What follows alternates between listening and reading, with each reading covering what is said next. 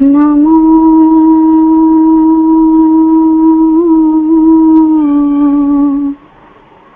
भगवती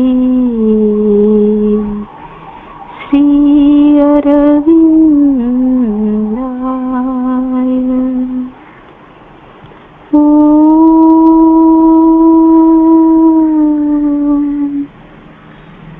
नमो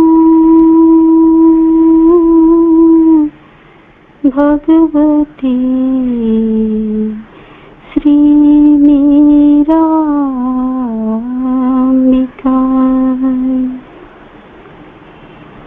ओम नमो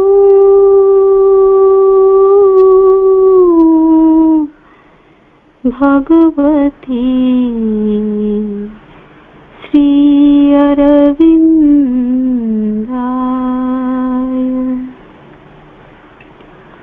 ओम नमो भगवती श्री मीरांबिकाय।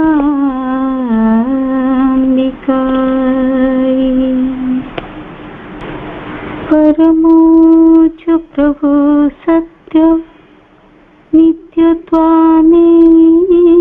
केवलम् अनुवर्तमहे सत्यम् अनुजीवं केवलम्। श्री अरविंदଙ୍କ आमंत्रण और अन्यान्य कवितारू सुवर्ण आलोक द गोल्डन लाइट। सुवर्ण आलोक तब मो मस्तके आसिला उल्लाई मानस धूसर कक्ष पालटिला सौरस्पर्श लभी। भास्वर उत्तर एक प्रज्ञानर सूक्ष्मलोक पाई प्रशांत उद्भास सह शिखाटिए उठिला Pallavi. Thy golden light came down into my brain and the grey rooms of my mind sun-touched became a bright reply to wisdom's occult plane, a calm illumination in the flame। सुवर्ण आलोक तब कंठे मोर आसिला उतरी सकल वचन मोर दिव्यस्वरे एबे परिणत। तुमर वंदना गीति एकमात्र रागिणी मोहरी सकल वाणिज्य मोर अमरार Soorarai प्रमत्त। Thy golden light came down into my throat and all my speech is now tuned divine, a paean song of thee, my single note। My words are drunk with the immortal's wine। सुवर्ण आलोक तब भेद कला मोर हृदय तुमर शाश्वत छंदे विमंथित हेला मो जीवन। विराजुछ बोली तुमे से जे एबे पुण्य देवालय सकल आवेग तार तुमको हिंत करे अन्वेषण। Thy golden light came down into my heart smitten my life with thy eternity। Now has it grown a temple where thou art and all its passions point towards only thee। सुवर्ण आलोक तब परशिला मोहर चरण माटी मोर एबे तब लीलाभूमि तब बरासन। सुवर्ण आलोक तब परशिला मोहर चरण माटी मोर एबे तब लीला तब बरासन। Thy golden light came down into my feet, my earth is now thy playfield and thy seat। परम पुरुष श्री अरविंद এই যুগର ଅବତାର विवर्तन धारार एक नूतन पर्याୟରେ आवश्यक हेउथिबा उत्थान बा उत्क्रमण पाई एक नूतन चेतना को अवतरण करी पृथ्वीर विवर्तन को त्वरान्वित करिवा एवं एई पार्थिव भूमि रे तांकरी अपार्थिव लीला से भगवत लीला को समस्तंक भितरे उज्जीवित करिवा मनीष देहरे भगवान को प्रकाश करिवा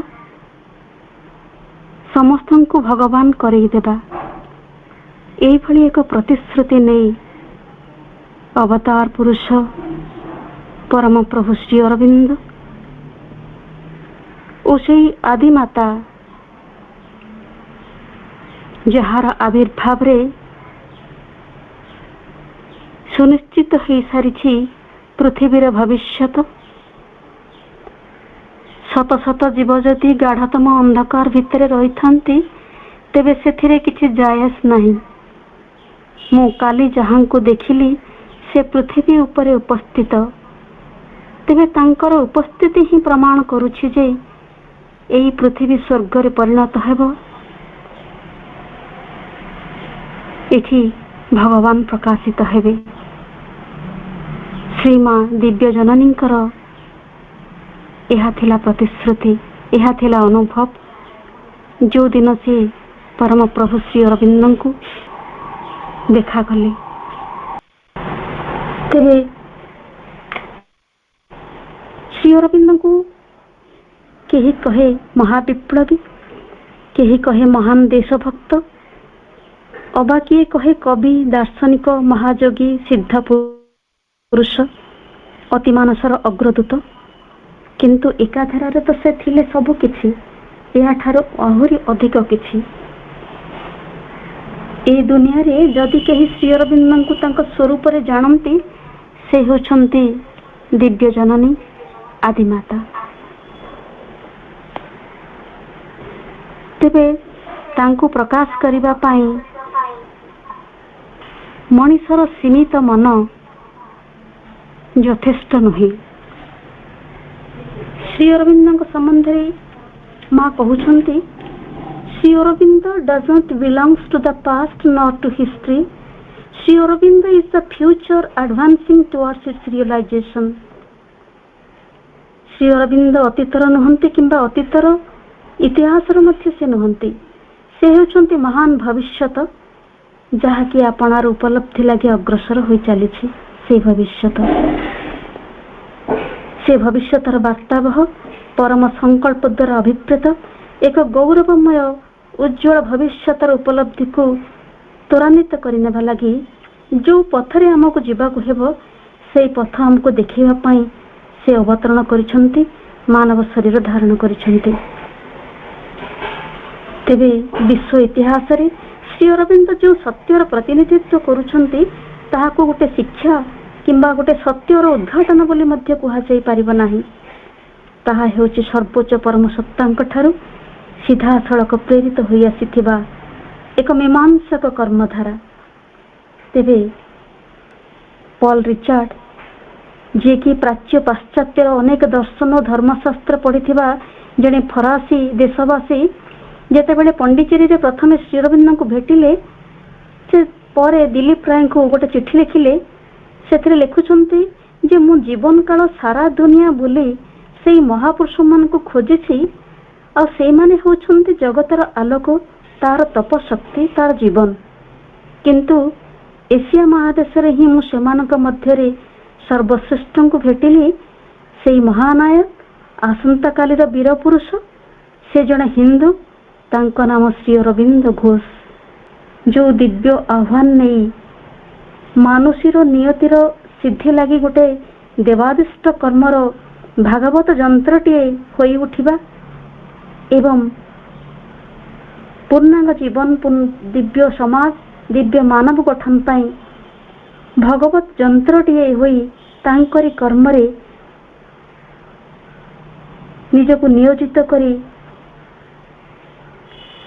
जो संकल्प नहीं सारा संसार को बा सारा जगत रे से दिव्यत्व को फुटाइबे प्रकाश करिवे अति मानव माने एठी ଏହି ପାର୍ଥିବ ଭୂମିରେ ଲୀଳାଖେଳା କରିବେ, ତେବେ ଶ୍ରୀ ଅରବିନ୍ଦ ହେଉଛନ୍ତି ସେହି ଶ୍ରେଷ୍ଠ ନିର୍ମାତା ଯିଏ ସମଗ୍ର ବିଶ୍ୱ ଲାଗି ଗୋଟେ ଦିବ୍ୟ ଭବିଷ୍ୟତର ନିଶ୍ଚିତତା ଆଣିଦେଇଛନ୍ତି।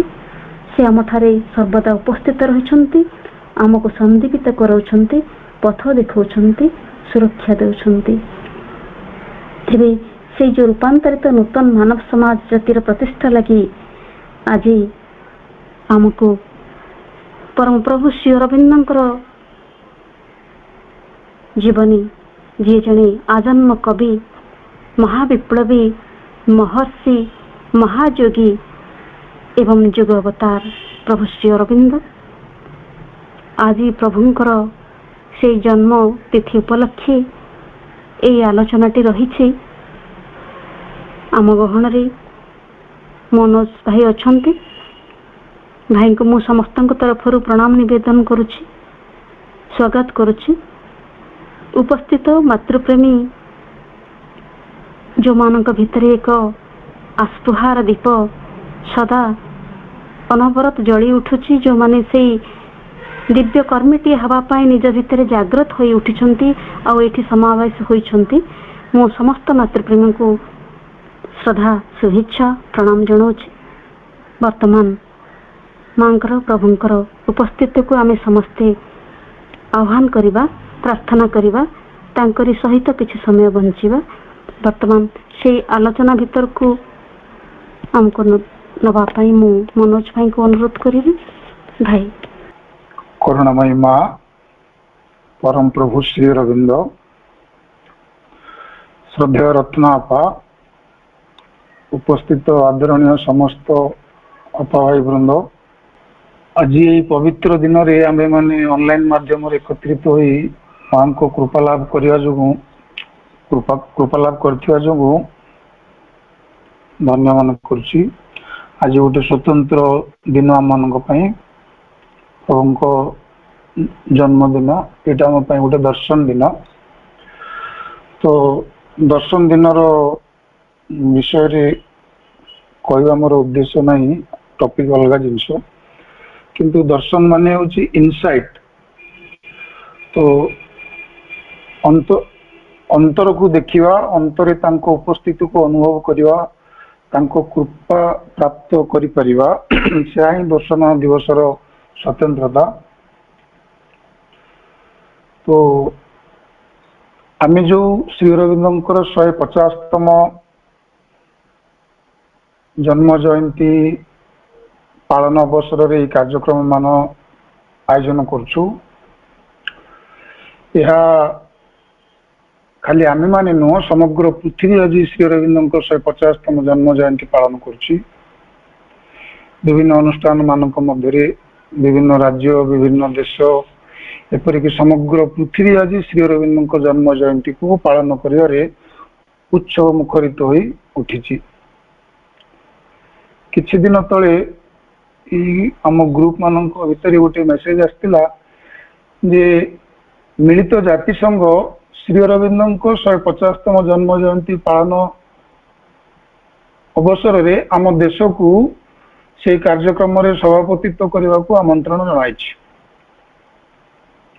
ତ ଏଥିରୁ ଆମେ ବୁଝିପାରୁଛେ ଯେ ଶ୍ରୀ ଅରବିନ୍ଦଙ୍କର ଏହି 150ତମ ଜନ୍ମ ଜୟନ୍ତୀ ଉତ୍ସବକୁ ଗାଁ ଗାଁ ପୁର ପଲ୍ଲୀରେ ସମଗ୍ର ମାନବ ସଭ୍ୟତା ଆଜି ଉତ୍ସବ ମୁଖରିତ ହୋଇ ଉଠିଛି ଶ୍ରୀ ଅରବିନ୍ଦଙ୍କ ଜନ୍ମ ଜୟନ୍ତୀ ପାଳନ ଉତ୍ସବରେ। ଆଜି ଆମେ ଗର୍ବିତ, ଆନନ୍ଦିତ ମଧ୍ୟ, ମହାକାଳର ଏପରି ଏକ ମୁହୂର୍ତ୍ତରେ ଜନ୍ମଗ୍ରହଣ କରିବାର ଆମେ ସୌଭାଗ୍ୟ ଲାଭ କରିଛୁ, ଯେଉଁ ସମୟରେ ସ୍ୱୟଂ ଆଦ୍ୟାଜନନୀ ମା ପରମ ପ୍ରଭୁ ପୁରୁଷୋତ୍ତମ ଶ୍ରୀ ଅରବିନ୍ଦ ଆମ ଗହଣରେ ଅବତରି ଆସିଛନ୍ତି। ଆମେ ପୃଥିବୀରେ ଆଜି ଯେଉଁ ସ୍ଥିତିରେ ମନୁଷ୍ୟ ସମାଜ ବାସ କରୁଛି, ଯୋଉଟାକୁ ମାନବ ସତ୍ତା ବୋଲି ଆମେ କହୁଛୁ, ଯୋଉଟାକୁ ଆମେ ମାନବ ସତ୍ତା ବୋଲି ଦେଖୁଛୁ, ଆମେ ସେତିକି ମାତ୍ର ନୁହଁ, ତାର ଅନ୍ତରାଳରେ ଯେ ବହୁ ବିଭବ, ବହୁ ଶକ୍ତିରାଜୀଙ୍କ ଖେଳା ଲୀଳା ଚାଲି ରହିଛି, ଯାହାକୁ ଆଶ୍ରୟ କରି ଭଗବାନଙ୍କ भगवान तांको इच्छा को तांको संकल्प को तांको आड़ को तोली नौचंती। तो आमे से सब प्रति सचेतन थाऊ वा न थाऊ से तांको क्रिया को तांको संकल्प को कार्यकारी करे नौचंती। तो श्री अरविंद विषय आम जो आलोचना करने आज समस्त एकत्रित होइछे, से कृपा करी आमको जेतिकी तांकर समग्र विशालता को आम आगे जेतिकी प्रकाश करती जेतिकी खोली खोली जानते आम सेतिकी अनुभव करिपारू।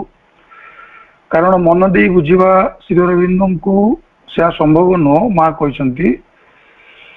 तो आम चेतना रे जेतिकी जेतिकी अंतर्मुखी हवा अनुभव करवा बंचिवा श्री अरविंद को आम जेतिकी बंचिवा सेतिकी तांको आम बुझी परिवा। श्री अरविंद एक चेतना, एक शक्ति, एक उपस्थिति, एक अभिव्यक्ति, जो अभिव्यक्ति सकाशे सृष्टिर प्रारंभ विधि निर्दिष्ट होइतिला, समयानुक्रमे सृष्टिर प्रारंभ भिन्न भिन्न समय रे माँ एवं परम प्रभु ये सृष्टि रे प्रतिनिधित्व करी आछंती विवर्तन को आगे नबारे। एवं जेतेबेले से देव मुहूर्त आसन्न हैला सेतेबेले से स्वयं स्व शरीर रे आम मानक आगे प्रकट होइचंती, आम मानक जणे देइचंती जे एटा ही होची से देव मुहूर्त बोली। आमे देखिवा भिन्न भिन्न समय रे अवतार माने आसंती धरा पृष्ठ को श्री राम कथा कहवा कि श्रीकृष्ण कथा कहवा जेतेबेले जेमिति सेही समयर मानव समाज को आउ गोटे स्थिति को उठाई नेवा सकाशे जो ज्ञान आलोक चेतनार आवश्यक होता है से सेटा को बहन कर आसंती एवं मानव सभ्यता को आउ गोटे अवस्था को उन्नीत कर सेहीपरि श्री अरविंद आविर्भाव रहस्य सेमितिका किछि कथा देखिवा। आमे श्रीकृष्ण को जेतिकी भक्ति करू, श्रीकृष्ण को भागवत गीता रे जनको आमे जेतिकी उपासना करू बुझी पारू, तो आम चेतना रे आमे तांकर कियंदंश मात्र ही बुझी पारू। कारण आमे जो सहित कनेक्टेड आमको जहाँ दरकार थे से जिनटा को ही आमे खोजु थाउ आउ तांकर से विभवटी को ही आमे बुझी थाउ।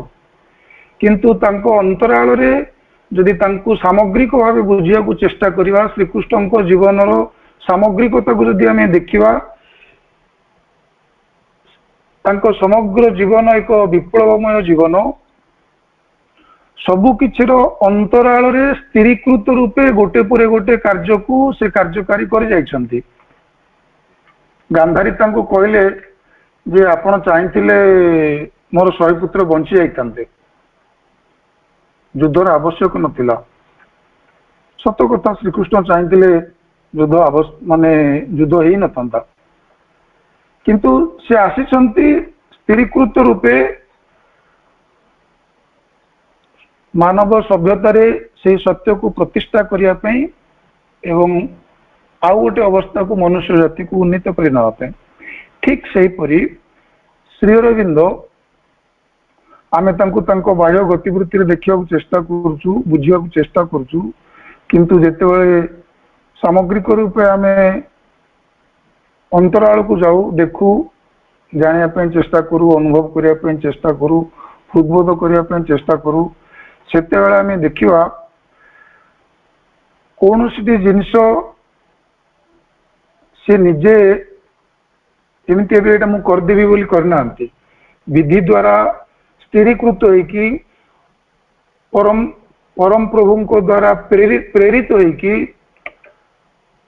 जो समय जहाँ आवश्यक होइची से गोटे गोटे करी करी जाइछंती। श्री अरविंद संपर्क में आलोकपात करने एक दृष्टता मात्र हेबो। श्री अरविंद एक व्यक्तित्व नुहति, से होचंती एक उपस्थिति और अभिव्यक्ति।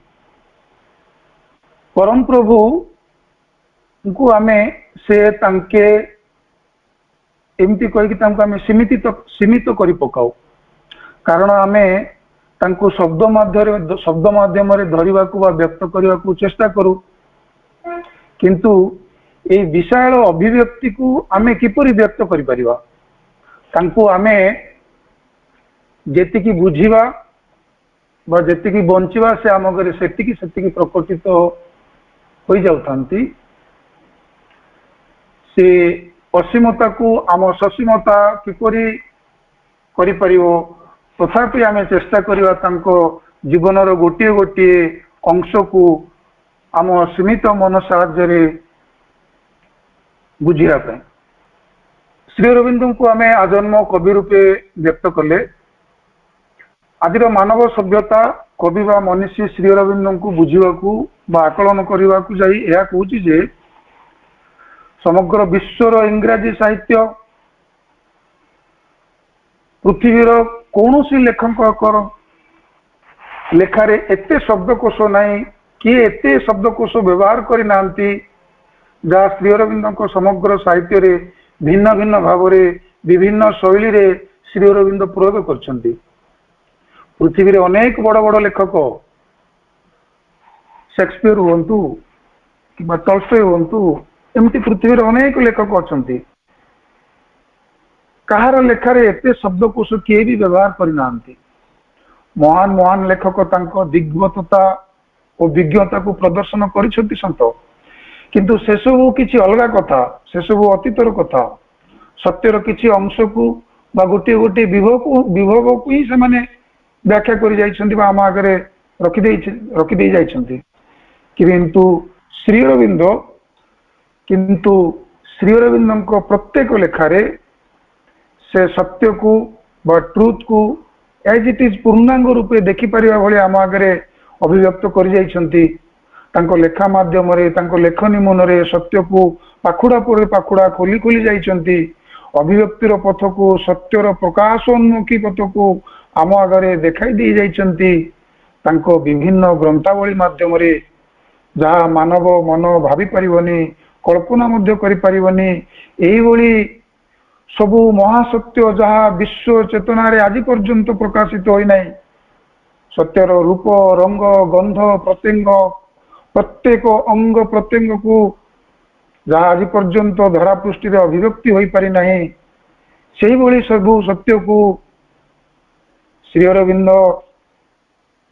आम आगे तांको लेखनी मन द्वारा व्याख्या कर जाइछंती। से एते सहज रे सब करि पारि नांती, करि जाई नांती। न खाई न पी न सोई घंटा पर घंटा दिन पर दिन राति पर राति सेतिरे बुड़ी जाई हजी जाई संधान करी ताकू करायत करी निज शक्तिर बलय मध्य धरी रखी दिग्गततार बहु विफलता को तांको लेखनी मनरे तांको विशाल कृति माध्यम रे भारतर ऐश्वर्य को संस्कृति को तांकर विभिन्न ग्रंथ जहाँ आम देखुचु फाउंडेशन ऑफ इंडियन कल्चर हो, समाज तत्व राजनीति को आइडियल ऑफ ह्यूमन यूनिटी किंबा ह्यूमन लाइफ साइकिल बही माध्यम रे सर्वोपरि तांकर जो योगाश्चर्य life divine synthesis of yoga essays and Gita एसबू जो ग्रंथ दुर्लभ ग्रंथ एसबू ग्रंथ भितर जहाँ से आज पर्यंत मानव सभ्यता कल्पना मध्य करि परिबो नै, सेही भली सब सत्य को से आम आगे लेखनी मन साहाय्य शब्द माध्यम आम आगे प्रकाश करि जाइछंती। सर्वोपरि तांकर महाकाव्य सावित्री रे तांकर असंख्य लेखारे श्री अरविंद कौन करछंती, आमर जो भारतर जो प्राच्यर आमर जो प्राच्य देशर जो भावधारा जोटा कि सृष्टिर प्रारंभ एटा को ही सनातन भावधारा बोली कहि परिबा।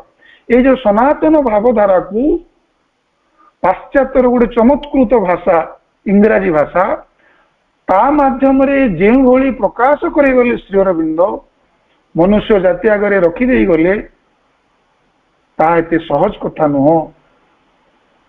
से आउ कि नुह, केवल श्री अरविंद ही ତାହା କରିଗଲେ। ପୃଥିବୀର ସକଳ ମାନବକୃତ ଲେଖା ସବୁକୁ ଏକ ପାଖରେ ରଖି ଯଦି ଆମେ ଅନ୍ୟ ପାଖରେ ଦେଖିବା ଶ୍ରୀ ଅରବିନ୍ଦଙ୍କ ଏ ବିଶାଳ କୃତି ସମ୍ମୁଖରେ ତାର ତୁଳନା କିଛି ନାହିଁ, ଯାହା ଅନ୍ୟମାନଙ୍କ ଆଗରୁ ଆମ ଆଗରେ ଦେଖେଇ ଦେଇ ଯାଇଛନ୍ତି। ତ ଏଠି ମୁଁ ତୁଳନା କରିବା ପାଇଁ ଚେଷ୍ଟା କରୁନାହିଁ। ଯାହା ସବୁ ଆଗରୁ ଯୋଉମାନେ ଆମ ଆଗରେ ଦେଖେଇ ଦେଇ ଯାଇଥିଲେ ସେ ସବୁ ଅତୀତର କଥା, ଆଉ ଶ୍ରୀ ଅରବିନ୍ଦ ହେଉଛନ୍ତି ଭବିଷ୍ୟତ। ତେଣୁ ଆମେ ଶ୍ରୀ ଅରବିନ୍ଦଙ୍କୁ ଆଉ କାହା ସାଙ୍ଗରେ ମଧ୍ୟ ତୁଳନା କରିପାରିବା ନାହିଁ। ଶ୍ରୀ ଅରବିନ୍ଦ ହିଁ ଶ୍ରୀ ଅରବିନ୍ଦ, ଆଉ କେହି ଦ୍ୱିତୀୟ ନୁହନ୍ତି ଶ୍ରୀ ଅରବିନ୍ଦ। ଏହା ହେଲା କବି ବା ମନୀଷୀ ଶ୍ରୀ ଅରବିନ୍ଦଙ୍କ ବିଶାଳ ବ୍ୟକ୍ତିତ୍ୱକୁ ଆକଳନ କରିବାର ଗୋଟେ ଧୃଷ୍ଟତା ମାତ୍ର। ଗୋଟିଏ ଛୋଟିଆ ବ୍ୟକ୍ତ ମାଧ୍ୟମରେ ଗୋଟେ 1 ଘଣ୍ଟାର ସମୟ ଭିତରେ ଶ୍ରୀ ଅରବିନ୍ଦଙ୍କୁ ଆମେ ବ୍ୟକ୍ତ କରିବା ଏତେ ସହଜ ନୁହଁ। ବହୁତ ଗୁଡେ କଥା ଆଗକୁ ଅଛି ଆହୁରି। ତ ଆଜନ୍ମ କବି ସେ, ଏଇଥିପାଇଁ ତାଙ୍କୁ ବିଧି ନିର୍ଦ୍ଦିଷ୍ଟ ଯେ ଏଇ ଯୋଉ ବିଶାଳ ସତ୍ୟକୁ, ଏଇ ଯୋଉ ଆମ ଆଗରେ ଯାହା ସେ ରଖିଦେଇ ଯାଇଛନ୍ତି, ଏଇ ବିଶାଳ ସତ୍ୟକୁ ସାଧାରଣ ଭାବରେ କହିବା ସହଜ ନଥିଲା। ତେଣୁ ଶ୍ରୀ ଅରବିନ୍ଦ ଆଜନ୍ମ କବି ହେବା ବିଧି ନିର୍ଦ୍ଦିଷ୍ଟ ଥିଲା।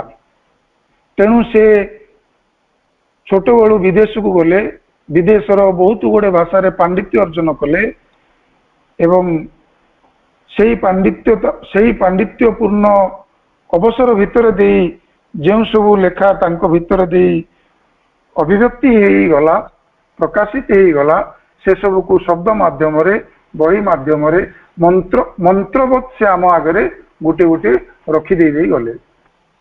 ମହାବିପ୍ଳବୀ ଶ୍ରୀ ଅରବିନ୍ଦଙ୍କୁ ଆମେ ବୁଝିବାକୁ ଚେଷ୍ଟା କରିବା। ଯେତେବେଳେ ଶ୍ରୀ ଅରବିନ୍ଦ ଛୋଟବେଳୁ ତାଙ୍କ ବାପା ତାଙ୍କୁ ଇଂଲଣ୍ଡକୁ ପଠାଇଥିଲେ ପାଠ ପଢ଼ାଇବା ପାଇଁ, ସେତିକି ବେଳେ ତାଙ୍କ ବାପା ଆମ ଭାରତର ପ୍ରତ୍ୟେକଟି କୃଷ୍ଣଧନ ଘୋଷ, ପ୍ରତ୍ୟେକଟି ବ୍ରିଟିଶ ଶାସନର ଭାରତ ପ୍ରତି ଅମାନବିକ ଅତ୍ୟାଚାରର ପ୍ରତ୍ୟେକ ଗତିବୃତ୍ତିକୁ ପୁଙ୍ଖାନୁପୁଙ୍ଖ ଭାବେ ଶ୍ରୀ ଅରବିନ୍ଦଙ୍କୁ ଅବଗତ କରାଉଥିଲେ ବା ପତ୍ର ମାଧ୍ୟମରେ କିମ୍ବା ପେପର କଟିଂ ମାଧ୍ୟମରେ ଶ୍ରୀ ଅରବିନ୍ଦଙ୍କ ପାଖରେ ପହଞ୍ଚାଉଥିଲେ। ଏ ପ୍ରତ୍ୟେକଟି ଜିନିଷ ଶ୍ରୀ ଅରବିନ୍ଦ ଅତି ଗଭୀର ଭାବେ ତାଙ୍କୁ ଅନୁପ୍ରାଣିତ କରୁଥିଲା। ସେ ଅନୁଭବ କରୁଥିଲେ ଯେ ଆମ ଦେଶ, ଆମ ଜାତି ଏଇ ବିଦେଶ ମାନଙ୍କ ଦ୍ୱାରା କିଭଳି ଭାବରେ ପ୍ରତାରିତ ହେଉଛି।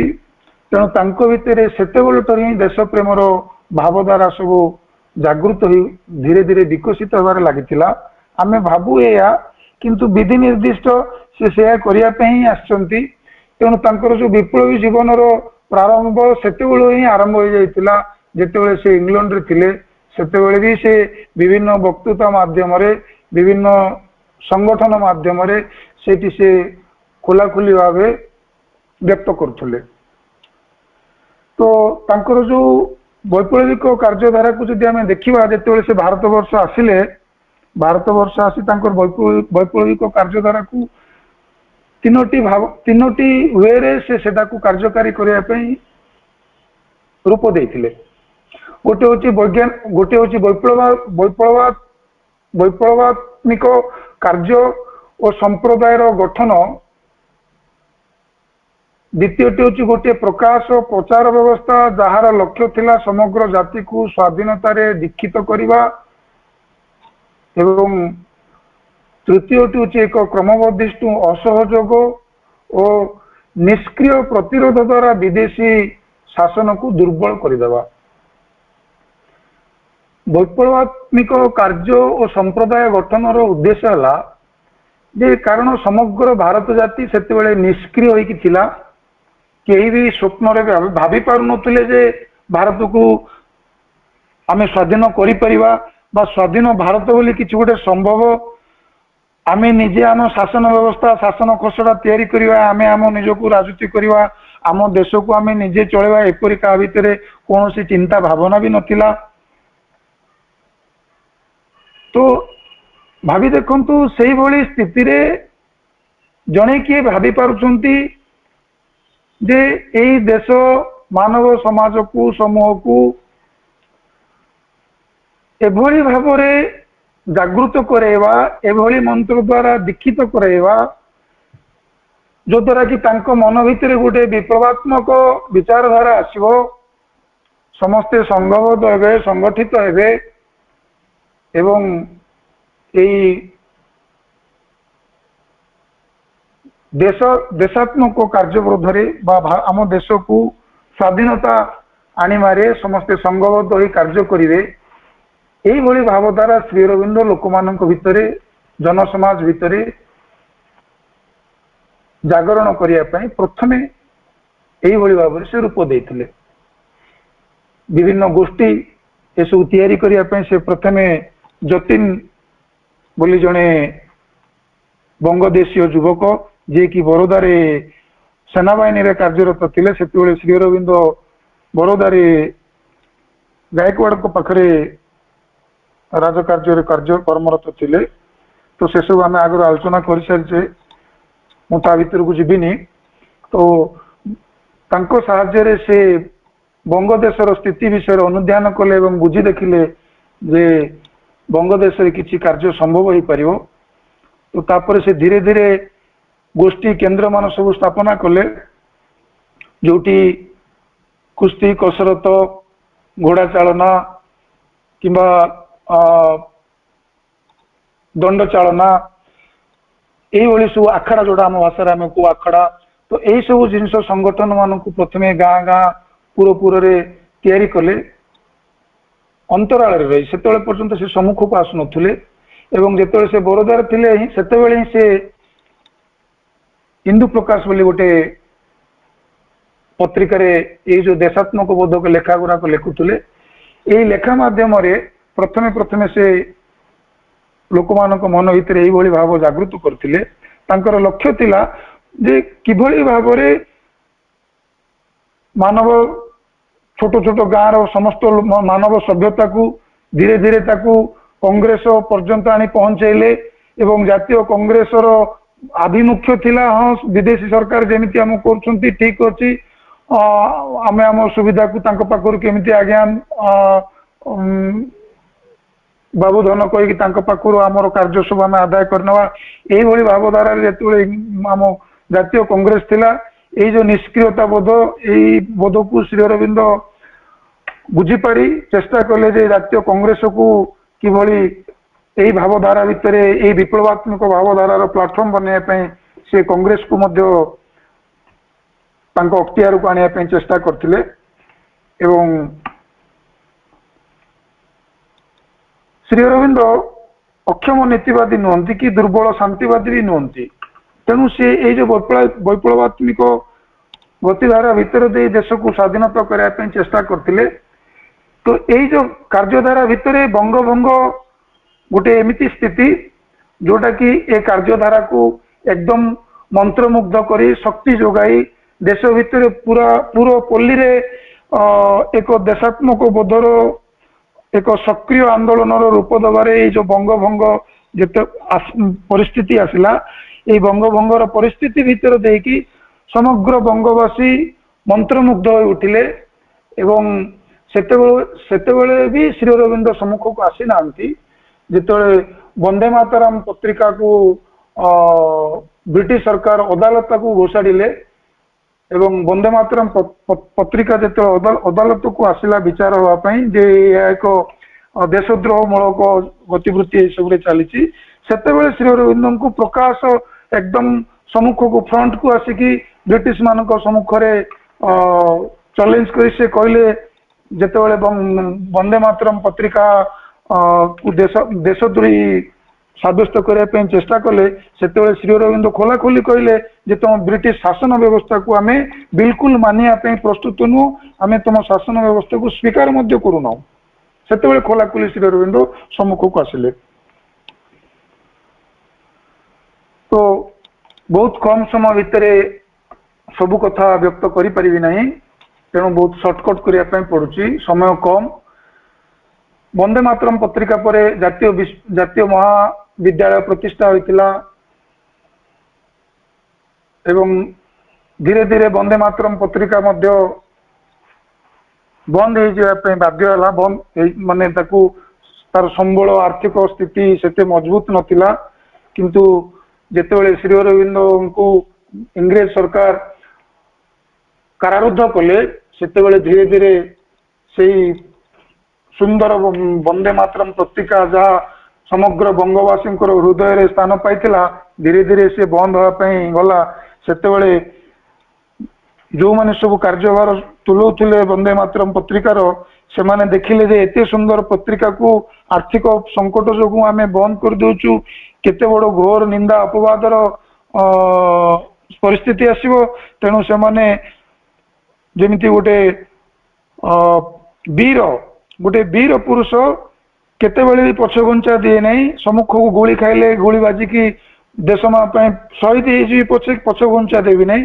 ठीक से वंदे मातरम पत्रिका बंद करने पछरे गोटे सुंदर जिनस अच्छी से जो श्री अरविंदो लेखा बा संपादकीय आसला नहीं, तो श्री अरविंदो लेखा भितर गोटे जिनस थिला देशात्म बोधक लेखा सीना थिला, किंतु ब्रिटिश सरकार ताको प्रूफ कर पार नथिले जे एक देशद्रोह मूलक लेखा बोली।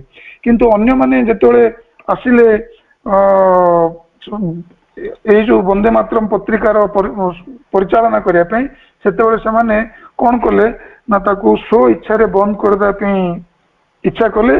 तेणु एमिति किछि लेखा लिखिले देशद्रोह मूलक लेखा खोला खोली भाव विदेशी सरकार को आपत्ति करी जो कि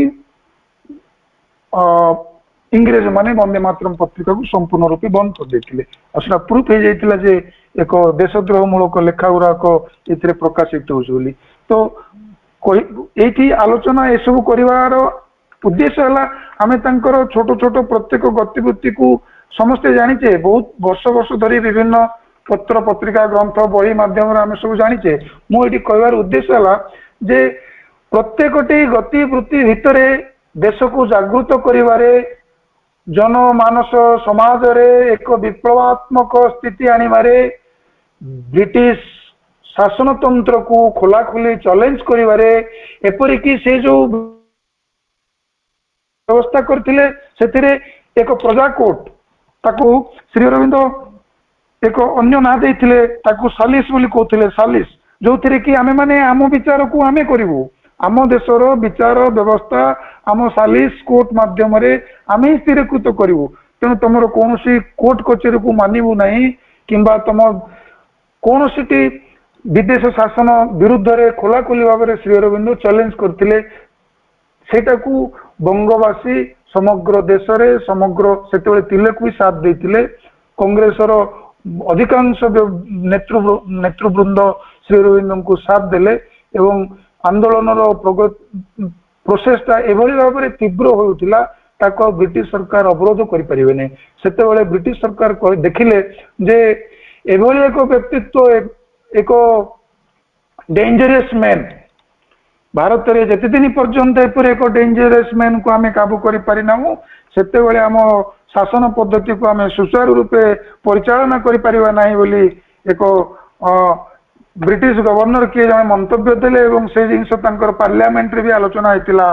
तेणु तापरे ब्रिटिश सरकार षड्यंत्रमूलक कार्यक्रम आरंभ कले श्री अरविंद को द्वीपांतर करिया पई एवं जेतेबेले एई षड्यंत्रर रचना हैला सेतेबेले श्री अरविंद अनुभव कले एवं धीरे धीरे तांकर अंतर प्रेरणा वशतः से एई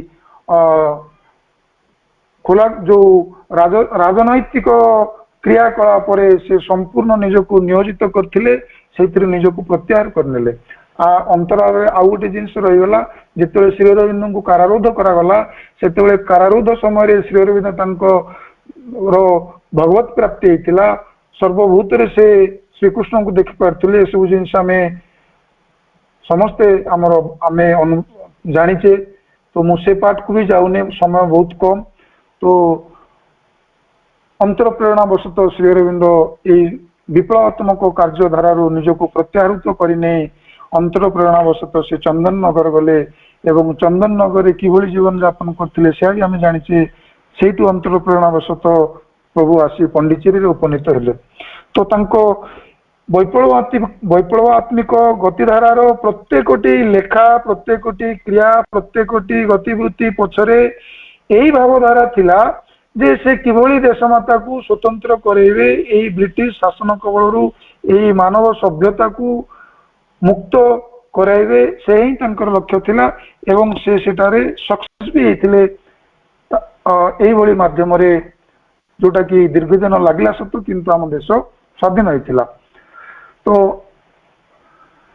यह वैप्लव महाविप्लवी श्री अरविंद को आउ जो पार्ट रहिला जे महर्षि महायोगी एक विशाल व्यापक कथा बस गोटे अल्प टिके शॉर्टकट जिनस को मु सारी ऋषि आउ जोगी ये जो महापाठ को बाद देले ऋषि आउ जोगी महर्षि को महापाठ को जो बाद देले से होचंती ऋषि महापाठ महायोगी रू महापाठ को बाद देले से होचंती जोगी। ऋषि किए जोगी किए आम टे आलोचना करवा। जोगी होचंती जे जोग माध्यम रे एई साधारण मानव स्थिति रु एई साधारण मनर सीमितता को भांगी से सबुरु मुक्त होई बहु ऊर्ध्वर थिवा सत्य को इंस्पायरेशन रिविलेशन किंबा इंट्यूशन माध्यम रे देखि पारी ये जो मानवर सीमितता को भांगी मानवर आरपारी रे जीवार जो सामर्थ्य अर्जन करिया पई जो प्रयास सेटा होछि जने जोगीर प्रयास जहाँ श्री अरविंद तांको बरोदा रहणी समय रे प्रारंभ करथिले लेलेन को साहाय्य रे मन को नीरव करिवा मनर पश्चात को जीवा। तो तांकर सेही जोग कार्यक्रम सेतिकी रे सीमित नथिला कारण से होचंती अवतार पुरुष आमे तांकू महायोगी बोली कहूचु सत किंतु सेही जोग माध्यम रे से जोग को कहीं असीम स्थिति पर्यंत नहीं गले। ऋषि बा महर्षि आमे काहा को कहवा जने ऋषि महर्षि जोग शक्ति बल रे से गोटे द्रष्टा रूपे विवेचित होती तांकर से दिव्य दृष्टि द्वारा से ऊर्ध्वतर जगतर जहाँ मानस अतीत से परमंकर मूल स्थिति ऋत चित सचित आनंद पर्यंत तांकर अलौकिक शक्ति द्वारा बा चेतनार से ऊर्ध्व स्थिति द्वारा जो जिनस को से अनुभव करती देखि पारंती द्रष्टा ऋषि बा महर्षि ताकू मानव सभ्यता मानव समाज आगरे शब्द माध्यम रे मंत्र माध्यम रे ताकू रूप देई तांको लेखा माध्यम रे आम आगरे प्रदर्शित करती आमको देखे दियंती ए आउची सत्य बोली। श्री अरविंद अभिव्यक्ति मुझे तो कहली श्री अरविंद होचंती एक चेतना एक शक्ति एक उपस्थिति एक अभिव्यक्ति से होचंती सेही अभिव्यक्ति जहाँ विधि निर्दिष्ट सृष्टिर प्रारंभ रु सेही अभिव्यक्ति को से आम आगरे अभिव्यक्त करि जाइछंती आम आगरे देखै दे जाइछंती तांकर सेही दिव्य दृष्टि साहाय्य तेणु तांको आमे महर्षि बोली कही सीमित भी करवा नहीं यह विधि निर्दिष्ट थिला तो से पथ दे जाई हमको देखे दे गले पथ। महायोगी महर्षि एक जटिल व्यापार एक विपुल व्यापक जिनस ताकू एही कम कथारे मु कहि परिबिनी तथापि श्री अरविंदर धरापृष्ठ रे आगमन को घोषणा करिवा और अति मानस अवतरण करी आनिमा तो यही जो जिनस को जिते आम आलोकपात करने जाऊँ ये गोटे जिनस मो अनुभव कहूँ जे श्री अरविंद होचंती प्रथम व्यक्ति सृष्टि इतिहास रे प्रथम व्यक्ति जे कि मातृशक्ति को आम सम्मुख रे आनी देखई दे गले जे स्वयं आद्या शक्ति सशरीर धरी आम गहन रे आम भली आसी जीवन यापन कर मातृशक्ति को आम सम्मुख रे आनी देखई दे गले कारण मातृशक्ति बिना से जो अभिव्यक्त भगवान जो संकल्प ताकू रूपायित करने संभव नुहे मनुष्य जाति को यही जो क्लिष्ट दुख दयनीय दीन यही संसार भितर मनुष्य जो भली भाव में जीवन यापन करुच्ची मुकुली जावा एत संभव नुह एत सहज नुह पुराना जोगी ऋषि मुनि मैंने आसचंती किए तपस्या कर मुक्ति साधन कर किए को स्थिति देगी जाइछंती ठीक अच्छे किंतु कहीं भी मानव सभ्यता को आउ गोटे स्थिति को नहीं जाई पारना मनुष्य जो स्थिति रे थिला से स्थिति रे अछि तो श्री अरविंद आसचंती एठी को आम मान को गोटे स्थिति रो आउ गोटे स्थिति को नवा पे से एते सहज भाव में आमको देखई दे गले मां को चिन्हई दे गले जे बिना मां को साहाय्य रे कौन सी जिनस संभव नुह तेणु मां आम गहन रे अछंती चलंतु मां को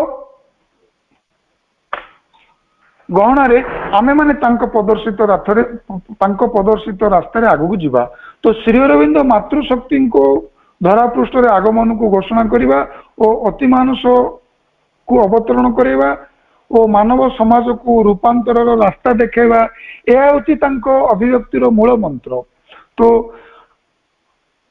मां होचंदी स्वयं अति मानस शक्ति यह विधि निर्देश थिला अति मानस शक्ति पृथ्वी पृष्ठ रे अभिव्यक्ति हबो मानव सभ्यता यही स्थिति रु अति मानस स्थिति को उन्नीत हेबो तो से जिनस आम आगे व्यक्त करने आसी श्री अरविंद खाली जे आमको से जिनस व्यक्त कर दे जाई नांती आम सांगरे उपस्थित रही तांकर प्रत्येकटी मुहूर्त से निमज्जित रही अतिमानस शक्ति को निज भितरे आयत्त करी पृथ्वी पृष्ठ रे अवतार आनी ए जड़े स्थापना करथिले तो अपा भाई माने मु आउ 5 मिनिट भितर आउ अल्प किछि कही कनक्लूजन आड़ को आसबि आमे समस्ते मां को बही पढ़ुचे श्री अरविंद जगह को विशद भाव आलोचना करिछे विभिन्न पाठ्यचक्र माध्यम विभिन्न आलोचना चक्र माध्यम विभिन्न ग्रंथ माध्यम समस्ते अध्ययन करिछे ताकू आपणाइछे जीवन बंचुचे एटी मोर अनुभव छोटिया कथाटे जेते दिन पर्यंत आमे एई मानसिक स्थिति रे जीवन यापन करुछु जस्ट ए मनर अंतराल को जीवा पई आमे निरंतर आमर जीवनर सकल गति वृत्ति इच्छा अभिप्सा सबु किछि को जदि आमे नियोजित न करिवा जे आमे ए मनर आरपारी को जीवा मनर अंतराल रे आउ गोटे सत्य आम भितर विद्यमान अछि जोटा को श्री अरविंद मां आम आगे चेतना बोली कही दे गले से चेतना भी एक विपुल व्यापार चेतना एक एसेंस प्रेजेंस एंटिटी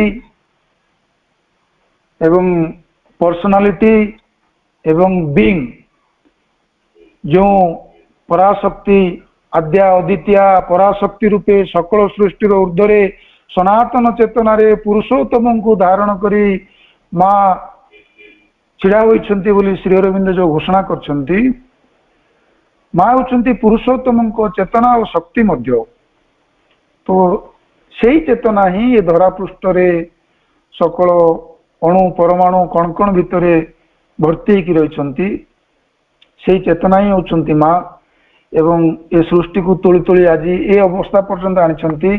तो मुझे जो कहली चेतना एक एसेंस प्रेजेंस एंटिटी पर्सनालिटी एवं बीइंग व्यक्तित्व से व्यक्तित्व स्थिति आसी पहुंचला बेले से चेतना ही चैत्य सत्ता रूपे आम भितर अभिव्यक्ति होती। तो से आमर मनर अंतराल आरपार ही अच्छा आमे जमीती आम घरे लाइट अच्छी फैन अच्छी टीवी फ्रिज सबू अच्छी आमे जदि विद्युत संजोग न करवा किसी भी जलिबनी विद्युत संजोग कले फैन भी बुलूची टीवी भी चलुची जी जार कार्यक्रम देखुंट ठीक आम भितर जो शक्ति अच्छा से ही आम मन प्राण शरीर आखि कान नाक सबू भीतर देखी से ही देखुंट से ही आमको आगू आगू नौ किंतु आम ही सब करुँ भाविकी भूल करुचु जिते आम ए स्थित ओहरी जाई ए मनर पर्यायर ओहरी जाई टिके अंतर्मुखी हवा से सेठी ही अच्छा से चेतना ही अतिमानस चेतना रूपे विद्यमान होती से आ कौ पर दूर अरपारे नहांती। श्री अरविंद आम तपस्या करी जोग करी माँ ताकू पृथ्वी पृष्ठ अभिव्यक्ति कर दे सारी अतिमानस चेतना को आमको से तपस्या करार आवश्यक नहीं। चलतु माँ को श्री अरविंद को भल पाइबा आउ भल पाई आम आम ए मनर आरपारी को जावाक चेष्टा करवा ताले से चेतना को से उपस्थिति को आम अनुभव करिपरिबा। तो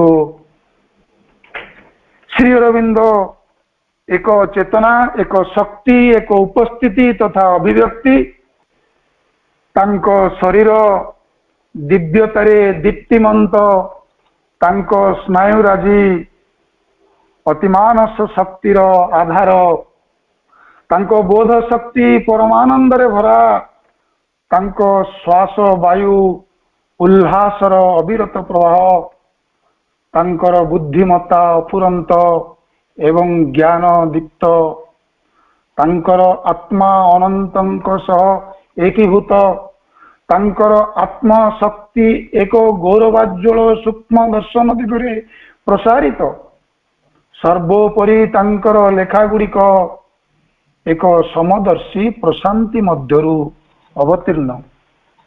अपा भाई माने आज भली पवित्र दिन रे परम प्रभु को आम हृदय भितर अनुभव करने को चेष्टा करिवा तांको उपस्थिति रे बंचिवा को चेष्टा करिवा तांको अभिव्यक्ति रे जंत्रटी होई जीवन बंचिवा यह ही कामना करी मो वक्तव्य को शेष करछि। वंदे मातरम। अति कम समय भितर एक विराट तत्व तथापि विभिन्न दिगरु भाई ताको आलोचना करिसंती। आमे सुजोग पाइले पुणी थरे विस्तृत भाव रे तार आलोचना करिबा पई सुनिबा पई सुजोग नबा। समस्तଙ୍କ तरफरु आमर अशेष श्रद्धा सम्मान एवं कृतज्ञता माँ पाखरे प्रभु पाखरे आम हृदयर गभीरतार अशेष कृतज्ञता तांकर आशीर्वाद और कृपारे आज आम श्री अरविंदर पवित्र जन्मतिथि से अतिमानस तत्व कथा एवं से अवतार ग्रहण कर उद्देश्य ए सब संपर्क में आज शुणिबार सुजोग पाई। वास्तव में से अतिमानस होछि जहाँ मर्त्य जीवनर अज्ञान अंधकार मुक्त गोटे सत्यमूलक आलोकमय चेतना।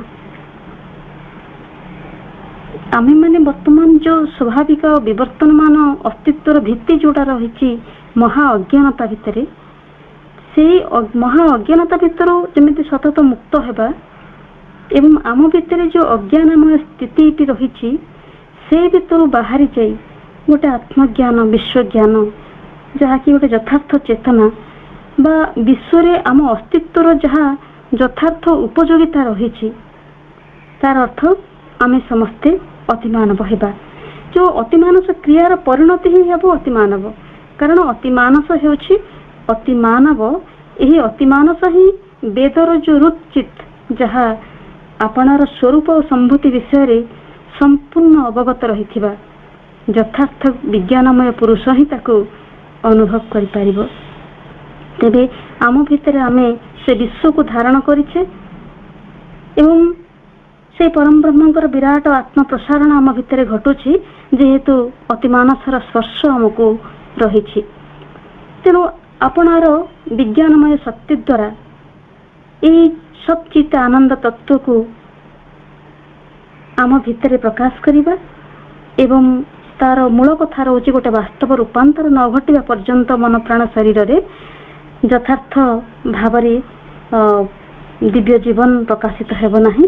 ତେଣୁ ଦିବ୍ୟ ଜୀବନର ପ୍ରକାଶ ପାଇଁ ଆମକୁ ଅତିମାନସିକତାର ଶକ୍ତିକୁ ଅତିମାନସ ଶକ୍ତିକୁ ଧାରଣ କରିବାକୁ ହେବ ଏବଂ ସେହି ଶକ୍ତି ପ୍ରତି ଉନ୍ମୁକ୍ତ ହେବାକୁ ହେଲେ ଅବତାର ପୁରୁଷ ଶ୍ରୀ ଅରବିନ୍ଦ ଏବଂ ଆଦ୍ୟ ଜନନୀ ଶ୍ରୀମାତା ଯିଏ ସେହି ଶକ୍ତିର ଆଧାର, ତାଙ୍କର ପ୍ରତି ନିରନ୍ତର ଆତ୍ମ ଉନ୍ମିଳନ, ସ୍ମରଣ ଏବଂ ନାମ ଜପ ଏବଂ ସେହି ତତ୍ତ୍ୱକୁ ଆଧାର କରି ଜୀବନ ବଞ୍ଚିବା ପାଇଁ ନିରନ୍ତର ଏକ ପ୍ରୟାସ ଆସ୍ପୃହା ଆମ ଭିତରେ ଲାଗି ରହୁ। ଆଜି ପ୍ରଭୁଙ୍କ ପାଖରେ ଆମ ସମସ୍ତଙ୍କର ସେଇ ପ୍ରାର୍ଥନା, ମାଙ୍କ ପାଖରେ ଅଶେଷ କୃତଜ୍ଞତା ଆଜିର କାର୍ଯ୍ୟକ୍ରମ ପାଇଁ।